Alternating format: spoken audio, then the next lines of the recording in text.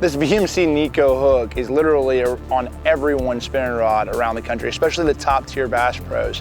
And the reason for that is there's no skin hooking, there's no guesswork. When you set the hook, you know you probably got this fish in the top of the mouth. They're hooked really well.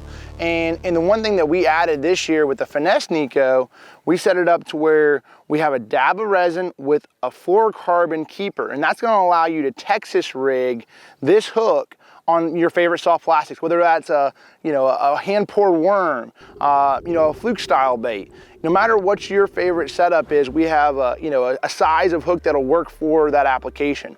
I mean, even threading your soft plastics over this, it's gonna work really well. You just take this thing and rather than nose hooking a super large bait, you thread it on there, you hide the majority of the hook, and now when you have those nippers, you're not gonna have that much of an issue getting those fish to in the boat. It's gonna hook them in the top of the mouth every time. You're gonna get them in the boat. And your action is gonna be really key too, because it's gonna swing freely, and that's gonna allow that bait to act really natural in the water. And one thing you're gonna notice is I can pull on this thing and it's not coming out. I mean, that's really what's so great about that resin, that little fluorocarbon keeper, is it really locks your baits in place. Now, when you look at this bait, it's a big profile bait. Now look at this hook, it's further back in the body. If you nose hook this, that fish has to grab this whole bait. Now it's halfway down the base of the bait. And when he grabs that, you're not gonna have that issue of, the short strikes nearly as much. Anytime I can get away with a straight shank hook, especially Texas rigging soft plastics, that's what I'm gonna do. I mean, there's no doubt that your hookup to land ratio goes up significantly. So I'm gonna show you guys real quick here how I Texas rig this hook.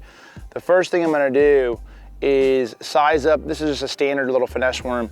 And not going in too deep is really important, especially for making sure that your worm's gonna act right, or your bait that you're using is gonna act right. So I'll go in maybe I wanna say 1/8 or 3/16 of an inch. Not too far, because you gotta think, you only have so much in that gap right there. Thread him on there. Make sure my line's not gonna get too tangled up. Making sure there's still direct contact. Thread him up. Expose him a little bit. And last but not least, I'm gonna make sure that that line that's going through that Neko hook is straight as can be, because that's gonna really allow me to make sure I know that my worm's working right. If it's kinked to one side or kinked to the other side, it's not gonna really have the greatest action. So you really wanna pay attention to that direct connect, allowing that bait to work to its maximum potential. Right now we're about to make a cast on our brush pile out here about 12 o'clock, and the one application with this drop shot being Texas rig, it's gonna allow me to really show those fish a little bit something different. You throw that little cylinder weight on there, and when you put it in that brush pile, I'll show you here in a second. When you put it in that brush pile, you can pick it up and you can allow this bait to almost free fall back to the bottom. So it's just something totally different. Bass have seen little Texas rig worms in there forever. Throwing that drop shot in there and Texas rigging a drop shot and throwing in those brush piles is definitely something that not every fish have seen. So I'll show you here real quick. Make this cast, get it out there, which I'm pretty sure that's about where that brush pile's at. And when I pick up, I wanna make sure that falls on slack line. But when I pick up, I'll pick it up and make sure I'm in the brush. Okay, I'm in that brush right there. I'll shake that worm.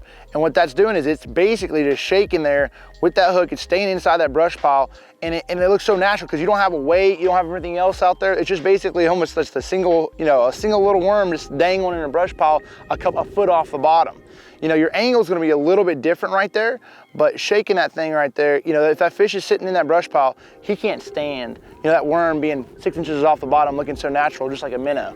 And when you're doing this and working that bait, make sure that that weight's on the bottom, because that's really where you're gonna be able to really shake that worm. You wanna keep in contact with what's going on, whether that's above the brush pile, whether that's around some rock. You're really, when you shake it when that bait's on the bottom, that's when you're gonna have a lot more action in it. There he is. Oh, that's a good one too. Yes, sir. Subtle reel set is all you need. You don't need to jack them. You got a good hook right there. Yes, sir, look at that. Right in the roof of the mouth, exactly where you want him every single time.